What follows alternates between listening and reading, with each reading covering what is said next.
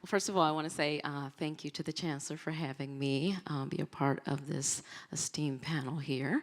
It is an honor to stand here before you as an alumni and be able to share a little of my story. I'm going to kind of do it in a story format, so I am a fan of the Golden Girls. Okay, so I often love to quote Sophia Petrillo, who always says, "Picture it. St. Olaf, right? 19 such and such." So picture it, right? UW-Madison, 2001. I was a 20-year-old, excited 20-year-old on this campus. And my mom, who is retired now, but she was the director of the Multicultural Center. And so she trailblazed in that way. So I've always sort of been around campus, right? And I was working in, ironically, the Chancellor's office.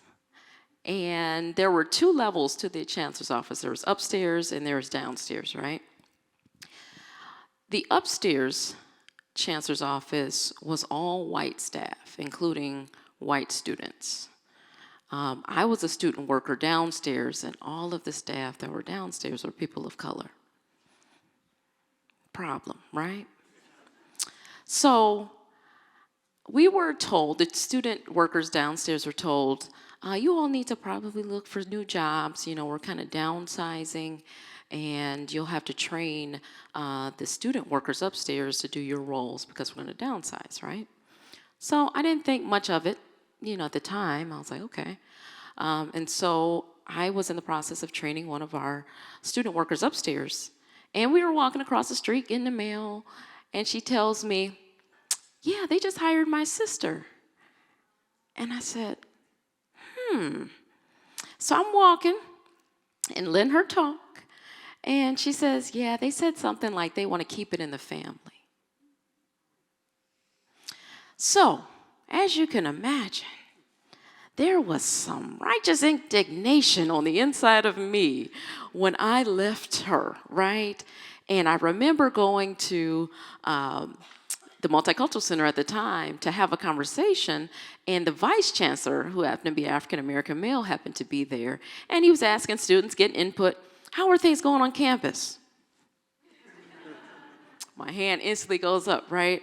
And so I'm sharing this experience with him, and he says, "Oh, this is unacceptable," and before you knew it, they moved me upstairs, right? So what could seem, like a solution in some ways to the problem really wasn't, right? Because now I am the only Black person in this space, and I'm the one that kind of caused some trouble. So you can imagine sort of the air and the feeling around that. So I didn't stay long. I was like, okay, you guys can have it. I'm good, right?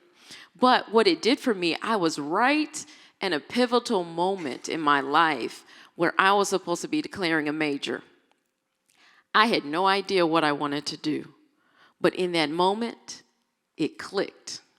There was something about fighting for racial justice that I didn't even know was inside of me until I had that experience. And so I started in that field, I started to read and learn more about sociology. So I ended up getting my degree in sociology. So fast forward, I end up working at a church on Madison South Side called Mount Zion Baptist Church. Shout out to my church.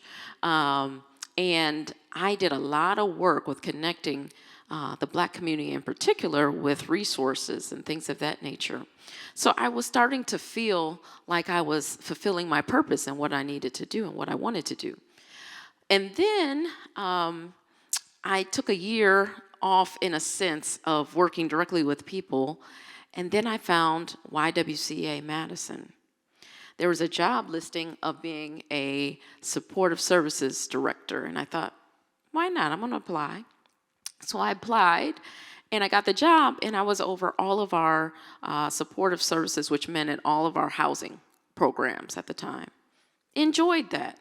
And then my director or CEO at the time asked me, "Can you lead all of our direct service programs?" So I became the chief programs officer. So I was over all of that. Then she comes to my office and says, I'm leaving. And I was like, what? And so she's like, I want you to be the interim. I was like, that wasn't in my plans, but okay, I'll do it. And so I did it knowing that it was temporary, right? So I thought. And the more I got into it, and I had to make a decision because they were getting ready to do it. They were doing a national search, and I had to choose whether I wanted to put my hat in the ring. But it wasn't until I struggled. I really struggled because I knew that the heavy lift of being the first of anything is a heavy lift, right? So there had been no, prior to me, women of color leading the organization ever in its 108-year history. So for me, that was a lot to carry. And so I finally decided, okay, I'm going to put my hat in the ring, and I got the job. And so here I am now 8 years later. I was 6 years into being the CEO, and it has been the work that I know that I am called to do. And it's really about connecting with our communities, those that are not seen, and being able to give voice to that, our mission is to eliminate racism, empower women, and promote peace, justice, freedom, and dignity for all. And so with that heavy mission, we're doing housing. If you've been downtown, you know our building is really tall downtown. You can't miss it. We house over 100 women and children in that building, and men and children in that building as well. We have women that have been staying with us for over 40 years. It's their home, right? So as you can see, my passion is really around sort of figuring out how do I get specifically marginalized communities like the one I'm a part of as an African-American woman to have some leverage here, have some footing here. And so during the time when we were all seeing the murder of George Floyd in 2020, there was a lot of questions coming from the white community about, well, what can we do? What can we do? And so I started to say, let me give you something you can do. So I created an LLC called Madison Roots LLC, and our goal is to build Black wealth through home ownership. So what we do is we actually ask it's my sort of own form of reparations, if you will. We ask our white counterparts to just give, no strings attached. You don't even get a tax benefit, right? Give, we are the conduits of it, and we pass it on to the Black community by finding homes for individuals or families, and we pay the entire down payment for them. And so when we sort of give it over to them and they have it, it's theirs, and they already have equity in the home. So we get nothing out of it.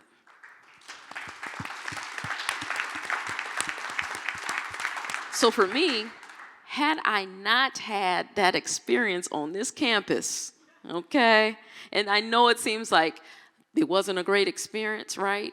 But what it did was it ignited a fire in me to do the work that I am doing today. So I can say thank you, UW-Madison. I can say thank you to the Chancellor's office. I can say thank you because I wouldn't be standing here before you had I not had that experience. So thank you.